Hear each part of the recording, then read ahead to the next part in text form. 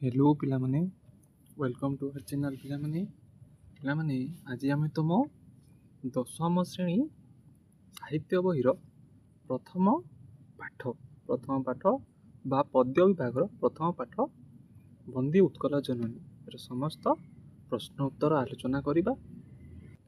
भिडियोटी को आरंभ करने आगु कही रखा चाहे जदि भिडियोटी भल लगे तार निश्चय गोटे लाइक कर चैनल टी को सब्सक्राइब करिक रखिब जहाद्वारा यही आग को आसवाक समस्त पाठर प्रश्न उत्तर तुम मान पाखे पहुँची पार। तेबे चलो डेरी नक आज वीडियो को आरंभ करवा और देखा प्रथम प्रश्न क्वेश्चन नंबर 1 है। क्वेश्चन नंबर 1 प्रश्न नंबर 1 देखा। प्रश्न नंबर 1 कही तुमको प्रत्येकर दुईटी लेखाएं प्रति शब्द लेख। एठारे देख विभिन्न शब्द गुड़िक दि तार आमको प्रति शब्द गुड़िक लिखा पड़ो। देखा यार उत्तर गुड़िक देख प्रथम शब्द देती पयोधि है। पयोधिर तार प्रति शब्द हो कौन समुद्र और सागर है। पयोधिर प्रति शब्द तुम्हें दुईटी लिख समुद्र और सागर। सेहीपरि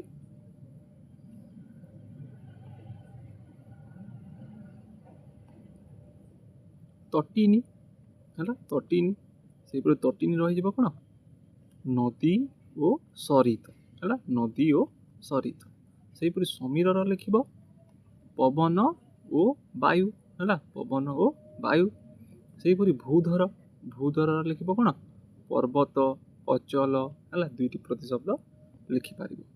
सेहीपरि उटज है। उटजर कौन हो कुटीर बा कुड़िया है। सेहीपरि अरी अरीर अर्थ हो कौन शत्रु बा रिपु है। दुईटी प्रतिशब्द लिख। देखा नेक्स्ट प्रश्नटी प्रश्न नंबर 2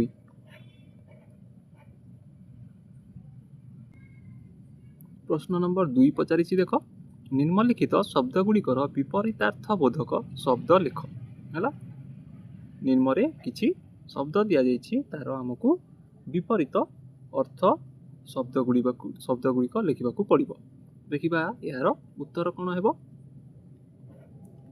प्रथम शब्द देख शुभ्र शुभ्रर विपरीत अर्थ हो मलिन है।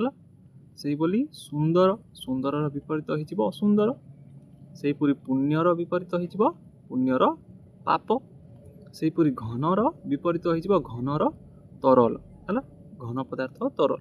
सेहीपरि पवित्र पवित्र विपरीत हो अपवित्र।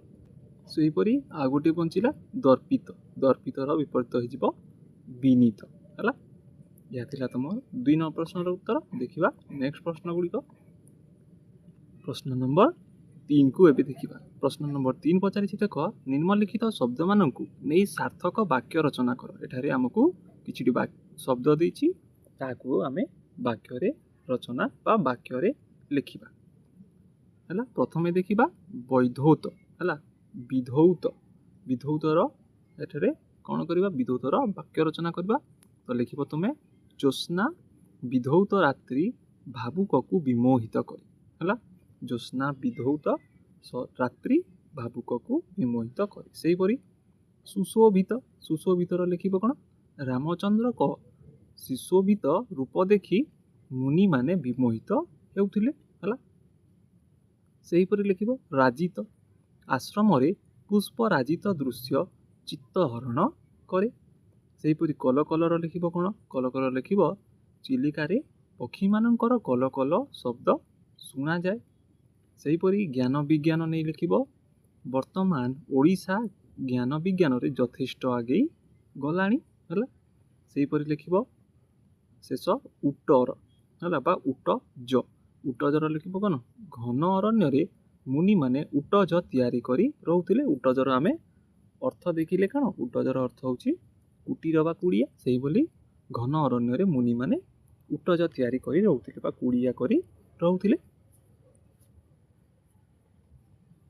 एबे देखिबा तुमर नेक्स्ट प्रश्न क्वेश्चन नंबर 4 प्रश्न नंबर 4 कही देख कल कल भली आ 5 गोटी ध्वनात्मक जुग्म शब्द लिख है।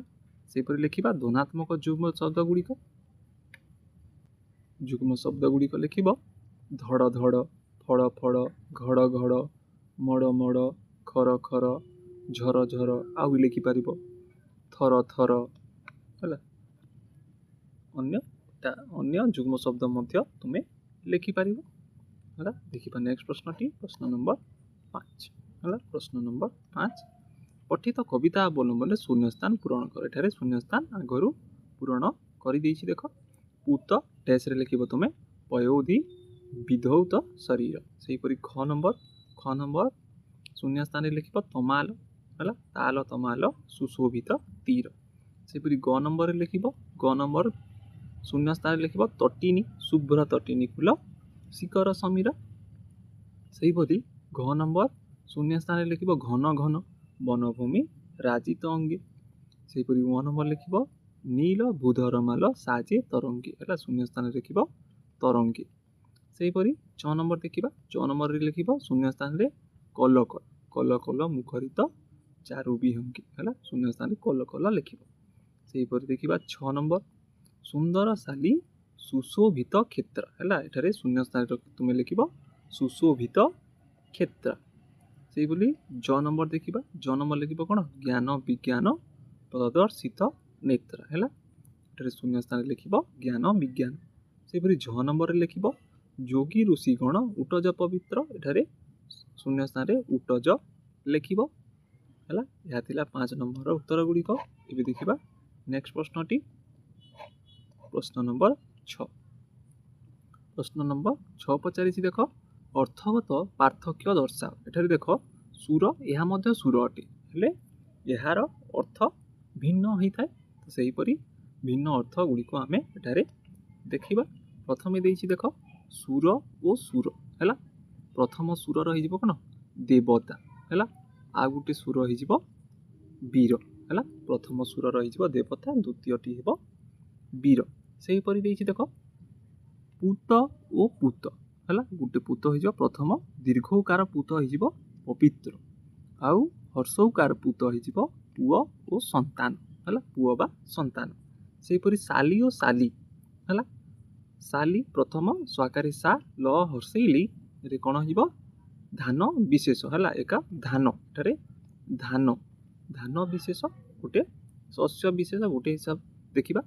ସେହିପରି ଶାଲି ହେଲା ସାନ ଭଉଣୀ ହେଲା, ସ୍ତ୍ରୀର ସାନ ଭଉଣୀ ଗୋଟିଏ ହିସାବରେ ଶାଲି କୁହାଯାଏ। ସେହିପରି ଦେଖିବା ବଳି ଓ ବଳି, ବଳିର ଅର୍ଥ ହେଇଯାଉଛି ପୂଜା ସାମଗ୍ରୀ ବା ଦୈତ୍ୟରାଜ ଚିରୋଜ ବିରୋଚନଙ୍କ ପୁତ୍ର, ତୁମେ ଲେଖିବ ପୂଜା ସାମଗ୍ରୀ ହେଲା। ଆଉ ଗୋଟେ ବଳି ହେଇଯିବ ବଳବାନ ହେଲା। ସେହିପରି କୁଲ ଓ କୁଲ ହେଲା, କ ଦୀର୍ଘ କୁ ଳର ଅର୍ଥ ହେଇଯିବ ନଦୀ ବା ସମୁଦ୍ର ପ୍ରଭୃତିର ତଟ ହେଲା, ନଦୀ ତଟ ବା ସମୁଦ୍ର ପ୍ରଭୃତିର କୌଣସି ତଟ। ସେହିପରି କୁଲ ହେଇଯିବ କୁଲ ହେଇଯିବ ବଂଶ ହେଲା, ବଂଶ ବା କୁଲ ହେଲା। ଏହା ଥିଲା ତୁମର ଅର୍ଥଗତ ପାର୍ଥକ୍ୟ ଗୁଡ଼ିକର ଆନ୍ସର ହେଲା, ବା ପ୍ରଶ୍ନ ନମ୍ବର 6ର ଆନ୍ସର।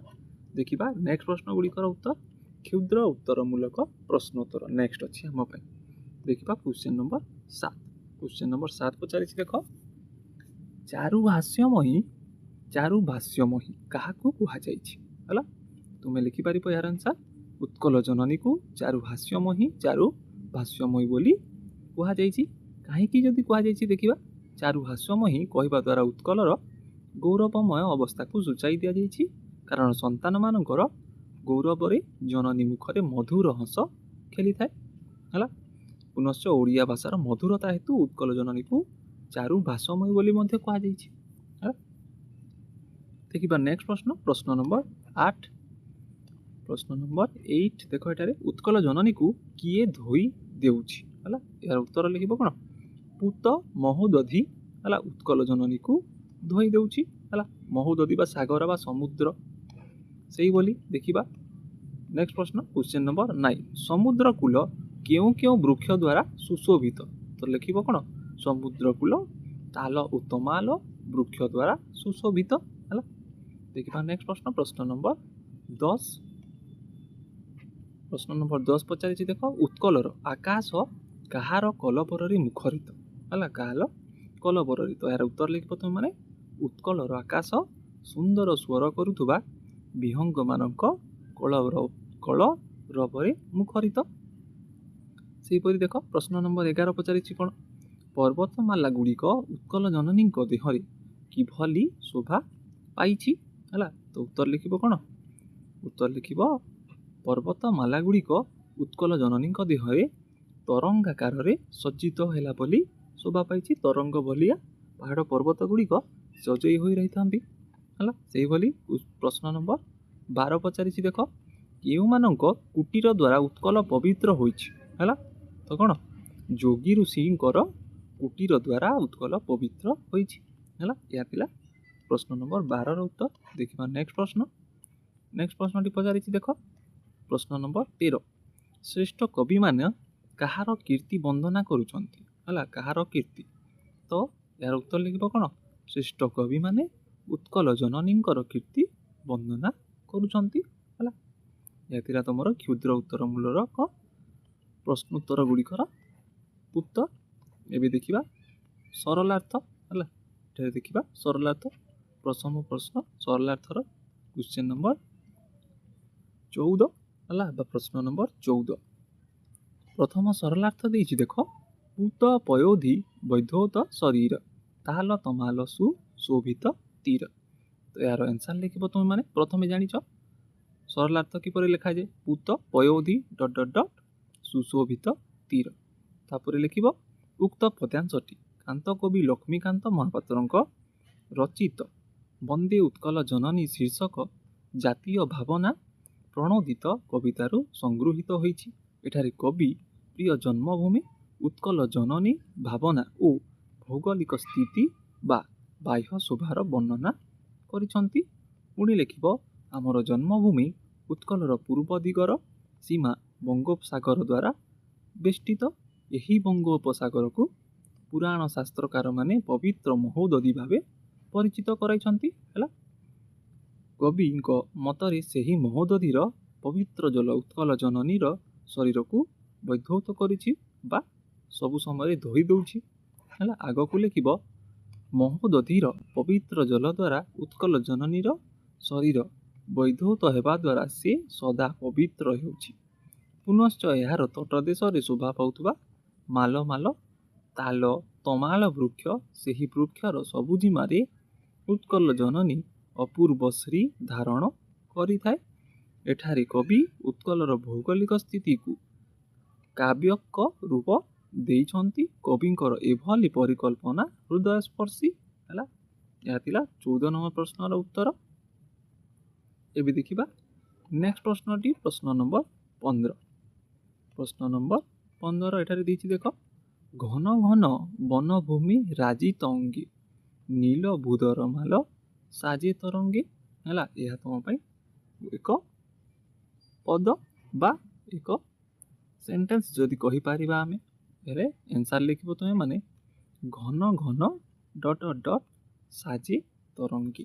ହେଲା, ପୁଣି ଲେଖିବ ସଞ୍ଚିତ ପଦ୍ୟାଂଶଟି କାନ୍ତ କବି ଲକ୍ଷ୍ମୀକାନ୍ତ ମହାପାତ୍ରଙ୍କ ଦେଶାତ୍ମବୋଧକ ସଙ୍ଗୀତ ବନ୍ଦେ ଉତ୍କଳ ଜନନୀରୁ ଗୃହୀତ ହୋଇଛି। ଏଥିରେ କବି ଉତ୍କଳ ଜନନୀଙ୍କର ଅରଣ୍ୟ ଓ ପର୍ବତମାଲାର ଶୋଭାକୁ ଛନ୍ଦାୟିତ ଭାବରେ ପରିପ୍ରକାଶ କରିଛନ୍ତି। ହେଲା, ପୁଣି ଲେଖିବ ଆମ ଉତ୍କଳ ପ୍ରଦେଶ ଉପକୂଳ ପ୍ରାକୃତିକ ପରିବେଶରେ ସୁଶୋଭିତ। ହେଲା, ଆମ ଉତ୍କଳ ପ୍ରଦେଶର ଉପକୂଳ ପ୍ରାକୃତିକ ପରିବେଶରେ ସୁଶୋଭିତ। ଏହାର ବିସ୍ତୀର୍ଣ୍ଣ ଅଞ୍ଚଳ ନିଘଞ୍ଚ ଅରଣ୍ୟ ଦ୍ୱାରା ଆଚ୍ଛାଦିତ। ଏହି ବନଭୂମି ଶାଲ ପିଆଶାଳ ଅସନ କୁସୁମ ଶିଶୁ କେନ୍ଦୁ ଆମ୍ବ ଚାକୁଣ୍ଡା ବର ଓସ୍ତ ଗମ୍ଭାରୀ ନିମ ଆଦି ଦ୍ରୁମ ଦ୍ୱାରା ପରିପୂର୍ଣ୍ଣ। ପୁନଶ୍ଚ ଏହି ବନରେ ବାସ କରନ୍ତି ବାଘ ଭାଲୁ ହାତୀ ହରିଣ ଝିଙ୍କ ଠେକୁଆ ସମ୍ବର କୁଟୁରା ଆଦି ପ୍ରାଣୀମାନେ। ନାନା ଜାତିର ପଶୁ ସାଙ୍ଗକୁ ମୟୂର କୋଇଲି କୋଚିଲା ଖାଇ ଶୁଆ ସାରି ଆଦି ପକ୍ଷୀମାନେ ମଧ୍ୟ ବାସ କରନ୍ତି। ବହଲ ଗଛ ସାଙ୍ଗକୁ ପଶୁପକ୍ଷୀଙ୍କର ଲୀଳାଖେଳା ଦର୍ଶକକୁ ବିମୋହିତ କରି ଉତ୍କଳର ସ୍ଥାନେ ସ୍ଥାନେ ଦେଖାଦିଏ ସବୁଜ ବୃକ୍ଷ ଆଚ୍ଛାଦିତ ଢଙ୍ଗ ପର୍ବତମାଲା। ସେହି ପର୍ବତମାଲା ଦୂରରୁ ମନୋରମ ଦେଖାଯାଏ। ଛୋଟ ବଡ଼ ପାହାଡ଼ ଗୁଡ଼ିକ ପାଖକୁ ପାଖ ସଜେଇ ହୋଇ ହେଲା ଭଳି ରହିଥାନ୍ତି। କବିଙ୍କର ଉପସ୍ଥାପନା ବ୍ୟାପକ ଓ ମନୋଜ୍ଞ ହୋଇପାରିଛି। ହେଲା, ଏହା ଥିଲା ତୁମର 15 ନମ୍ବର ପ୍ରଶ୍ନର ଉତ୍ତର। ଦେଖିବା ଏବେ 16 ନମ୍ବର ପ୍ରଶ୍ନର ଉତ୍ତର।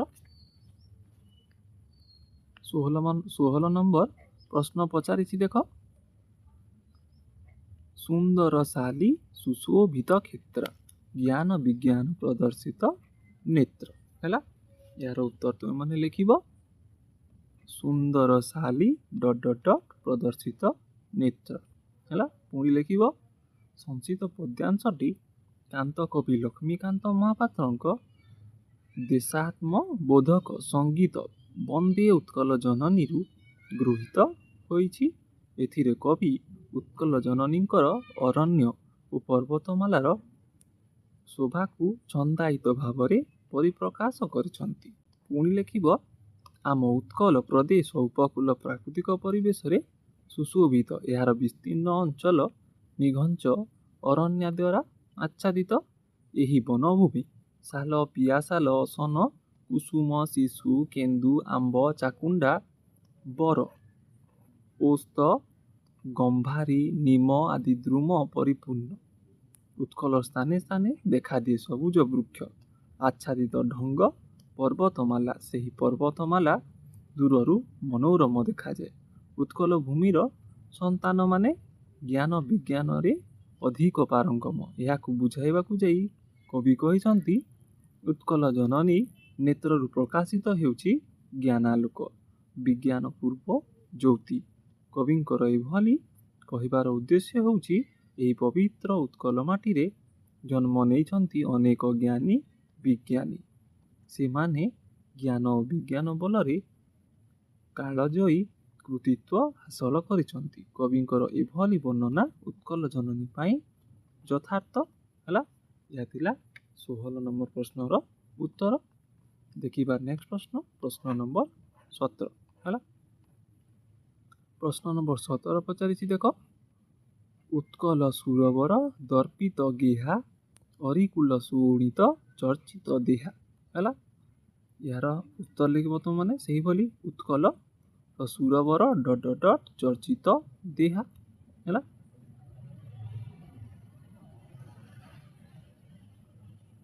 ପୁଣି ଲେଖିବ ସଂଚିତ ପଦ୍ୟାଂଶଟି କାନ୍ତ କବି ଲକ୍ଷ୍ମୀକାନ୍ତ ମହାପାତ୍ରଙ୍କ ବିରଚିତ ବନ୍ଦେ ଉତ୍କଳ ଜନନୀ ଶୀର୍ଷକ ଦେଶାତ୍ମବୋଧକ କବିତାରୁ ଗୃହୀତ ହୋଇଛି। ଏଠାରେ କବି ଉତ୍କଳ ଜନନୀକୁ ବୀର ପ୍ରସବିନୀ ଗୌରବରେ ଗୌରବାନ୍ୱିତ କରିବାକୁ ଚାହିଁଛନ୍ତି। ହେଲା, ଲେଖିବ ପୁଣି ଆଗକୁ ଲେଖିବ ଉତ୍କଳ ହେଉଛି ବୀରମାଟି। ଏଠାରେ ଜନ୍ମ ନେଇଛନ୍ତି ଶୌର୍ଯ୍ୟବନ୍ତ ବୀର୍ଯ୍ୟବନ୍ତ ବୀରମାନେ। ସେମାନଙ୍କ ବୀରତ୍ୱ ଓ ଗରିମା ସମଗ୍ର ଭାରତବର୍ଷରେ ପରିଚିତ ଓ ପ୍ରଚାରିତ। ତେଣୁ କବି ଉତ୍କଳ ଭୂମିକୁ ବୀରଶ୍ରେଷ୍ଠମାନଙ୍କ ଗୃହ ବୋଲି କହିଛନ୍ତି। ସେହି ବୀରମାନଙ୍କୁ ନେଇ ସେ ଗୌରବ ବିମଣ୍ଡିତା। ଅସଂଖ୍ୟ ଶତ୍ରୁଙ୍କୁ ସେହି ବୀର ସନ୍ତାନ ଗଣ ବିନାଶ କରିଛନ୍ତି। ଯେଉଁମାନେ ସ୍ତମ୍ଭ ସହିତ ଶତ୍ରୁ ମାନଙ୍କୁ ସମ୍ମୁଖୀନ ହେଉଛନ୍ତି ଏବଂ ସେମାନଙ୍କୁ ବିନାଶ କରିଛନ୍ତି। ଏଠାରେ କବି ଉତ୍କଳର ଐତିହ୍ୟ ସୂଚିତ କରି ଉତ୍କଳବାସୀଙ୍କ ମନରେ ଜାତୀୟତାବୋଧ ସୃଷ୍ଟି କରିବାକୁ ଚାହିଁଛନ୍ତି। ଏହା ଥିଲା ତମର 17 ନମ୍ବର ପ୍ରଶ୍ନର ସଠିକ ଉତ୍ତର। ଏବେ ଦେଖିବା ତମର ନେକ୍ସଟ ପ୍ରଶ୍ନଟି, ପ୍ରଶ୍ନ ନମ୍ବର 18। ହେଲା, ପ୍ରଶ୍ନ ନମ୍ବର 18। ବନ୍ଦେ ଉତ୍କଳ ଜନନୀ କବିତାରୁ ଉତ୍କଳର ବୈଶିଷ୍ଟ୍ୟ ଉଲ୍ଲେଖ କର। ହେଲା, ଦେଖିବା ତାର ଉତ୍ତର ଲେଖିବ ତୁମେ ମାନେ। ବନ୍ଦେ ଉତ୍କଳ ଜନନୀ କବିତାର କବି ଲକ୍ଷ୍ମୀକାନ୍ତ, କାନ୍ତ କବି ଲକ୍ଷ୍ମୀକାନ୍ତ ମହାପାତ୍ର। ନାଟ୍ୟକାର, ଗାଳ୍ପିକ, ପ୍ରାବନ୍ଧିକ ଓ ପତ୍ରିକା ସମ୍ପାଦକ। ବ୍ୟଙ୍ଗ କବି ଭାବରେ ଓଡ଼ିଆ ସାହିତ୍ୟରେ ସେ ସ୍ୱତନ୍ତ୍ର ସ୍ଥାନ ଅଧିକାର କରିଛନ୍ତି। ସେ ସ୍ୱଚ୍ଛଳ ଜମିଦାର ପରିବାରର ଦାୟାଦ ହୋଇ ଉଚ୍ଚ ଶିକ୍ଷା ଲାଭ କରିଥିଲେ ବି ଆଜୀବନ ରୋଗ ବ୍ୟାଧି ତାଙ୍କ ତିଷ୍ଟ ହେବା କାରଣରୁ ନିଜକୁ ଅତି ଅସହାୟ ମନେ କରିଥିଲେ। ତଥାପି ଜୀବନ ସାରା ସାହିତ୍ୟ ସାଧନରେ ନିଜକୁ ସେ ହଜାଇ ଦେବାକୁ ଚାହିଁଥିଲେ। ତାଙ୍କ ଦ୍ୱାରା ରଚିତ ଜାତୀୟ ସଙ୍ଗୀତ, ଜୀବନ ସଙ୍ଗୀତ, ଚଟକ, ଚନ୍ଦ୍ରହାସ ଚମ୍ପୁ ତାଙ୍କ କବି ପ୍ରତିଭାର ନିଶ୍ଚଳ ସ୍ୱାକ୍ଷର।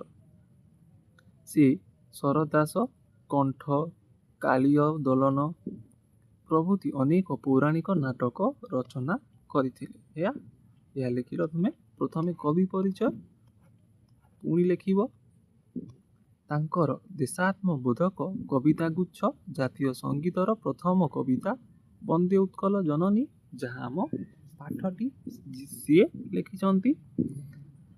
ସଂଗ୍ରାମୀ ପରିବାରର ଦାୟାଦ ଭାବରେ ସେ ମାତୃଭୂମିକୁ ଅତ୍ୟନ୍ତ ଭଲ ପାଉଥିଲେ। ତାଙ୍କ ଦୃଷ୍ଟିରେ ତାଙ୍କର ମାତୃଭୂମି ଅନନ୍ୟା, ଅତୁଳନୀୟା। ଉତ୍କଳ ଜନନୀର ବିମୋହିତ ଛବିକୁ ସେ ସ୍ୱଚକ୍ଷୁରେ ଦେଖୁଛନ୍ତି। ତାଙ୍କ ମାନସ ପଟରେ ଭାସି ଉଠିଛି ମାତୃଭୂମିର ଅନିନ୍ଦ୍ୟ ରୂପ। ଉତ୍କଳ ଜନନୀର ଭୁବନ ମୋହିନୀ ରୂପଶୋଭା, ହୃଦୟସ୍ପର୍ଶୀ ଭୌଗୋଳିକ ସ୍ଥିତି କବିଙ୍କ ମନରେ ସୃଷ୍ଟି କରିଛି ଉଚ୍ଚାଟିତ ଭାବ। ତାଙ୍କ ସେହି ଭାବକୁ ପ୍ରୀତି ଅର୍ଘ୍ୟ ଭାବରେ ସେ ଜଣାଇ ଦେଇଛନ୍ତି ବା କବିତା ଆକାରରେ ସେ ରଚନା କରିଛନ୍ତି। ଦେଖିବା ସେହିଭଳି ଲେଖିବ। କବିଙ୍କ ଦୃଷ୍ଟିରେ ଉତ୍କଳ ହେଉଛି ଚାରୁ ହାସ୍ୟମୟୀ, ଅର୍ଥାତ୍ ଉତ୍କଳ ଜନନୀର ହସ ଖୁବ୍ ସୁନ୍ଦର, ତାଙ୍କର ବାଣୀ ମଧ୍ୟ ମଧୁର। ପବିତ୍ର ପୟୋଧି ତାଙ୍କର ଶରୀରକୁ ସଦା ବିଧୌତ କରି ପବିତ୍ରକୃତ କରିଛି। ସାଗରର ତୀରେ ତୀରେ ଲମ୍ବି ଯାଇଛି ତାଲ ତମାଲ ଭଳି ସୁଦୃଶ୍ୟ ବୃକ୍ଷଶ୍ରେଣୀ। କେତେ କେତେ ସୁନିର୍ମଳ ସ୍ରୋତସ୍ୱିନୀ ପ୍ରବାହିତ ହେଉଛନ୍ତି ଉତ୍କଳ ଜନନୀ ଶରୀରରେ। ସେହି ତଟିନୀର ତରଙ୍ଗାୟିତ ଜଳରୁ ବାଷ୍ପ ଗ୍ରହଣ କରି ସମୀରଣ ହେଉଛି ସୁଶୀତଳ।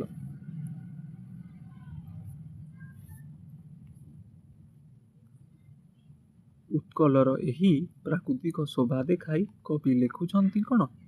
ପୂତ ପୟୋଧି ବିଧୌତ ଶର୍ଗିର, ତାଳ ତମାଳ ସୁଶୋଭିତ ତୀର, ଶୁଭ୍ର ତଟିନୀ କୂଳ ଶିଖର ସମୀର, ଜନନୀ ଜନନୀ ଜନନୀ। ହେଲା, ସେହିଭଳି ଆଗକୁ ଲେଖିବ। ଉତ୍କଳ ଜନନୀ ଧାରଣ କରିଛି ଘନ ଘନ ବନରାଜି, ଘଞ୍ଚ ଅରଣ୍ୟ ସେ ସବୁଜୃଶ ଧାରଣ କରିଛି। ସ୍ଥାନେ ସ୍ଥାନେ ରହିଛି ତରଙ୍ଗାୟିତ ନୀଳ ଭୂଧରମାଲ। ସୁନ୍ଦର ପକ୍ଷୀମାନଙ୍କର କାକଳିବା କଳ ଧ୍ୱନି ରୂପକ ସଙ୍ଗୀତରେ ଭୂଭାଗ ହେଉଛି ମୁଖରିତ। ଦିଗନ୍ତ ବିସ୍ତାରୀ ଶାଳିଧାନର କ୍ଷେତରେ ସୁଶୋଭିତ ଜନନୀ ଅନ୍ନପୂର୍ଣ୍ଣା ସଦୃଶ୍ୟ ଖାଦ୍ୟର ଭଣ୍ଡାର ଖୋଲି ଦେଇଛି। ତା କୋଳରେ ଜୀବନ ଧାରଣ କରିଥିବା ସନ୍ତାନମାନଙ୍କର ଉଦର ପ୍ରତିପୋଷଣରେ ସେ ହୋଇଛି କାରଣ। ଜନନୀର ଉନ୍ମୀଳିତ ନେତ୍ରରେ ରହିଛି ଜ୍ଞାନ ଓ ବିଜ୍ଞାନର ଦୃଷ୍ଟିଭଙ୍ଗୀ। ଏଠାରେ ରହିଛନ୍ତି ଉଟଜବାସୀ ଯୋଗୀ ଋଷି। ହେଲା, ସେମାନଙ୍କ କଣ୍ଠରୁ ସ୍ଫୁରିତ ବେଦ ଧ୍ୱନିରେ ଏ ମାଟି ହୋଇଛି ପବିତ୍ର। ଉତ୍କଳ ହେଉଛି କାରୁକାର୍ଯ୍ୟପୂର୍ଣ୍ଣ ମନ୍ଦିର ମାଳିନୀ। ସେହି ମନ୍ଦିର ଗାତ୍ରରେ ଉତ୍କଳର ଶିଳ୍ପୀମାନଙ୍କର ବୈଶିଷ୍ଟ୍ୟ ପ୍ରତିଫଳିତ। ପାବନ ତୀର୍ଥଭୂମି ଉତ୍କଳ ପରିପୂର୍ଣ୍ଣ। ଉତ୍କଳର ବହୁ ଶୂରବୀର ଜନ୍ମ ନେଇଛନ୍ତି। ସେମାନେ ଶତ୍ରୁକୁ ପଦାନତ କରି ଉତ୍କଳ ମାଟିକୁ କରିଛନ୍ତି ଗୌରବ ବିମଣ୍ଡିତା। ହେଲା, ସେପରି ଆଗକୁ ଲେଖିବ। ଉତ୍କଳ ଜନନୀ ଜନ୍ମ ଦେଇଛି ଅନେକ କାଳଜାଇ କବିଙ୍କୁ। ସେହି କବିମାନେ ଜନନୀର ସୁଯୋଗ୍ୟ ସନ୍ତାନ ଭାବରେ ମାତୃଭୂମିର ବନ୍ଦନା ଗାନ କରିଛନ୍ତି। ତାଙ୍କର ସେହି କବିକୃତି ହୋଇଛି ଅନିନ୍ଦ୍ୟ କୀର୍ତ୍ତି। ତାଙ୍କୁ ଦେହରେ ଧାରଣ କରି ଉତ୍କଳ ଜନନୀ ହୋଇଛି ଧନ୍ୟା, ପୁଣ୍ୟା ଓ ଚରଶରଣା। କବିତାଟିରେ କବି ଉତ୍କଳ ଜନନୀର ଅନିନ୍ଦ୍ୟ ରୂପ ଶୋଭା, ହେଲା, ଆଉ ଐତିହ୍ୟ ଓ ଐଶ୍ୱର୍ଯ୍ୟକୁ ଯଥାର୍ଥ ଭାବରେ ବର୍ଣ୍ଣନା କରିଛନ୍ତି। ହେଲା, ଏହା ଥିଲା ତୁମର 18 ନମ୍ବର ପ୍ରଶ୍ନର ଉତ୍ତର। ଦେଖିବା ପ୍ରଶ୍ନ ନମ୍ବର 19। ହେଲା, ପ୍ରଶ୍ନ ନମ୍ବର 19, ବନ୍ଦେ ଉତ୍କଳ ଜନନୀ ଏକ ମାତୃଭୂମି ପ୍ରଶଂସାତ୍ମକ କବିତା। ଉକ୍ତିଟିର ଯଥାର୍ଥତା ପ୍ରତିପାଦନ କର ହେଲା। ଏହା ମାତୃଭୂମିର ପ୍ରଶଂସା କରୁଥିବା କବିତା ଅଟେ। ଏହା ଆମକୁ ପ୍ରମାଣ କରିବାକୁ ପଡ଼ିବ ହେଲା। ଦେଖିବା ଏହାର ଉତ୍ତର ଲେଖିବ ତୁମେମାନେ। ପ୍ରଥମେ କବି ପରିଚୟ ଲେଖିବ। ବନ୍ଦେ ଉତ୍କଳ ଜନନୀ କବିତାର କବି କାନ୍ତ କବି ଲକ୍ଷ୍ମୀକାନ୍ତ ମହାପାତ୍ର। ସେ ତାଙ୍କର ସାରସ୍ୱତ ସୃଷ୍ଟିରେ ଉତ୍କଳ ଜାତୀୟ ଜୀବନ, ସାମାଜିକ ରୀତିନୀତି, ସାଂସ୍କୃତିକ ଅପରୂପକୁ ଯଥାର୍ଥ ଭାବରେ ଦେଖାଇଛନ୍ତି। ନିଜର କାନ୍ତ କୋମଳ ବଜାୟ ରଖୁଛନ୍ତି। ତାଙ୍କ ଦ୍ୱାରା ରଚିତ ଜୀବନ ସଙ୍ଗୀତରେ କବି ନିଜର ଦାର୍ଶନିକ ଓ ଭାସ୍ତିକ ଭାବକୁ ଉପସ୍ଥାପନ କରିଛନ୍ତି। କବି ଜନ୍ମଭୂମି ପ୍ରତି ହୃଦୟରେ ରହିଥିବା ଅନାବିଳ ଭାବକୁ ଦେଖାଇଛନ୍ତି। ବନ୍ଦେ ଉତ୍କଳ ଜନନୀ ସେହି କବିତା ଗୁଚ୍ଛ ପ୍ରଥମ କବିତା ଏବଂ କବିତାର ଛତ୍ରେ ଛତ୍ରେ କବି ଏହି ଉତ୍କଳ ଜନନୀର ବିଶେଷତ୍ୱକୁ ଦେଖାଇବାକୁ ଚେଷ୍ଟା କରିଛନ୍ତି। ତାଙ୍କର ଜାତୀୟ ସଙ୍ଗୀତ କବିତା ଗୁଚ୍ଛରେ 33ଟି ମାତୃଭୂମି ପ୍ରସଙ୍ଗାତ୍ମକ କବିତା ରହିଛି। ସବୁଥିରେ ଜନ୍ମଭୂମିର ବନ୍ଦନା ଗାନ କରି କବି ଜନ୍ମଭୂମି ପ୍ରତି ତାଙ୍କ ହୃଦୟରେ ରହିଥିବା ଅନାବିଳ ଭାବକୁ ଦେଖାଇଛନ୍ତି ହେଲା। ବନ୍ଦେ ଉତ୍କଳ ଜନନୀ ସେହି କବିତା ଗୁଚ୍ଛର ପ୍ରଥମ କବିତା ଏବଂ କବିତାର ଛତ୍ରେ ଛତ୍ରେ କବି ଏହି ଉତ୍କଳ ଜନନୀର ବିଶେଷତ୍ୱକୁ ଦେଖାଇବାକୁ ଚେଷ୍ଟା କରିଛନ୍ତି ହେଲା। ପୁଣି ଆଗକୁ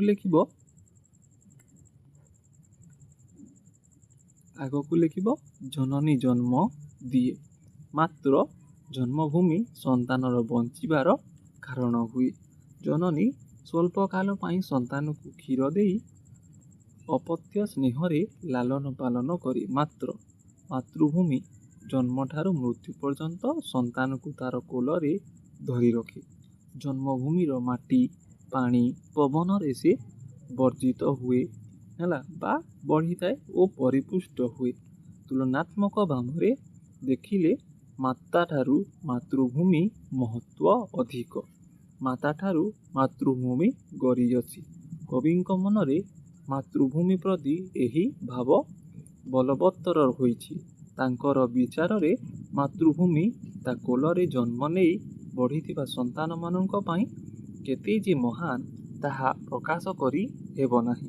ତେଣୁ କବିତାରେ କବି ମାତୃଭୂମିର ବନ୍ଦନା ଗାନ କରି ତାହାର ଅସାମାନ୍ୟତା ସୂଚନା ଦେଇଅଛନ୍ତି।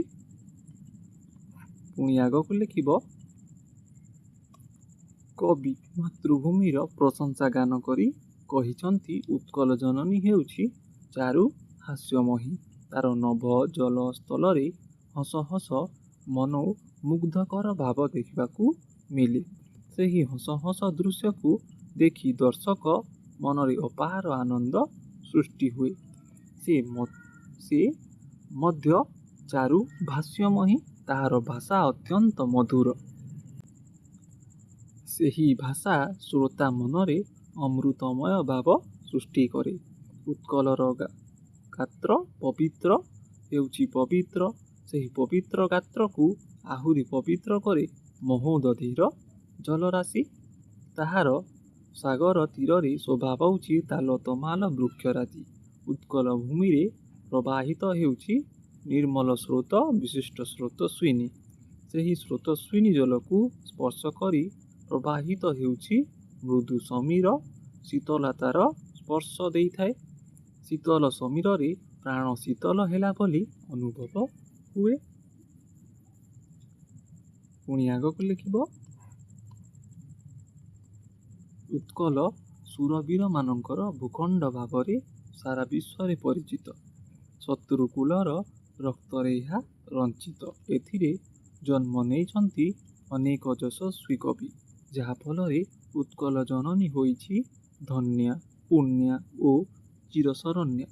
କବି ଏଠାରେ ନିଜର ମାତୃଭୂମି ମହାନୀୟତା ବଖାଣି ବସିବା ସହିତ ତାହାର ଜୟଗାନ ଓ ବନ୍ଦନା କରିବାକୁ ପ୍ରକାନ୍ତରେ ପ୍ରେରଣା ଦେଇଛନ୍ତି। କବିଙ୍କ ଏହିଭଳି ଚିନ୍ତାଧାରା ତାଙ୍କର ମାତୃଭୂମି, ତାଙ୍କର ଜନ୍ମଭୂମି ପ୍ରୀତିର ପରିଚୟ ଦେଇଥାଏ ହେଲା। ଏହା ଥିଲା ତମର ଶେଷ ପ୍ରଶ୍ନ। ଯଦି ଭିଡ଼ିଓଟି ଭଲ ଲାଗିଥାଏ ତାହେଲେ ଭିଡ଼ିଓଟିକୁ ନିଶ୍ଚୟ ଲାଇକ୍ କରିବ ଓ ଚ୍ୟାନେଲକୁ ସବସ୍କ୍ରାଇବ୍ ମଧ୍ୟ କରିକି ରଖ ହେଲା, ଯାହାଦ୍ୱାରା ଆଗକୁ ଆସିବାକୁ ଥିବା ଏହିଭଳି ସମସ୍ତ ପାଠର ପ୍ରଶ୍ନ ଉତ୍ତର ତୁମେମାନେ ଅତି ସହଜରେ ପାଇପାରିବ।